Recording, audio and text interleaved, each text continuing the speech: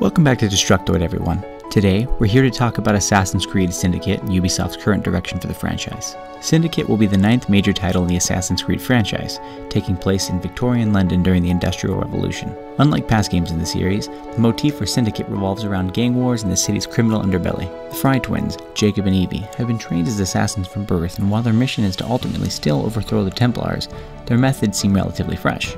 So why doesn't Syndicate feel new? Despite the addition of gameplay features like a brawler-heavy combat style, the ability to switch between protagonists, horse-drawn carriages that can be used as vehicles, and new items like the grappling hook, Syndicate still looks very much like the routine Assassin's Creed experience. There are still the same missions involving tailing targets, infiltrating buildings, and fighting multiple foes at once. And while some elements seem to be more refined than others, like the combat, there's still a nagging feeling of been there, done that. It's feeling more and more like the movie Groundhog Day. Some events play out slightly differently, but for the most part, nothing really seems to change. And when you're Bill Murray, that can go on for a very, very long time. Sticking to a winning formula isn't necessarily a bad thing for Ubisoft. After all, the yearly cycle for sequels was initiated after the massive success of Assassin's Creed 2, widely considered to be the best game in the series, and it's brought in tons of revenue for Ubisoft since then.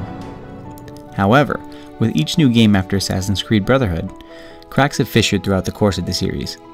Revelations was praised for its story elements despite the monotony beginning to set in with the series. The lack of any major new changes, much less a significant leap in terms of gameplay as seen between Assassin's Creed 1 and 2, made it all the more obvious. Assassin's Creed 3 marked a major blow for the franchise due to its rampant bugs, controversial ending, and generally uneven gameplay. Assassin's Creed 4 Black Flag brought things back on track critically, but the damage had already been done. In terms of sales, Assassin's Creed 3 sold 12 million copies worldwide as of February 2013. But when Assassin's Creed 4 shipped, its first week sales were down 60% compared to 3. As of May 2014, it shipped, not sold, 11 million units worldwide.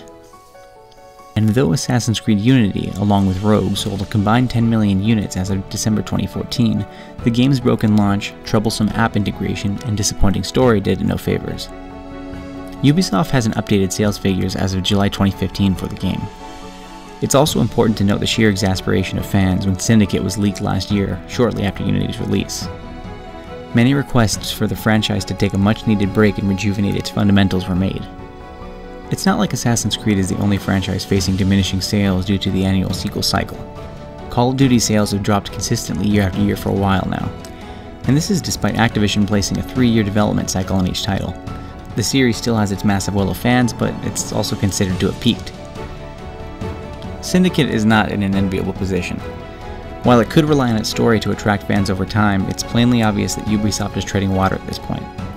Black Flag was lauded for its historical figures, but the base story wasn't anywhere near as important as, say, Ezio's saga or even Desmond's story. Unity hardly gave any significance to the player himself as a key figure in the story, and its central pairing of Arno and Elise failed to really impact players with their love story. Compare these tales and the overall scale of the open world to the likes of The Witcher 3 or even Batman Arkham Knight, and it feels like Syndicate has a lot to live up to.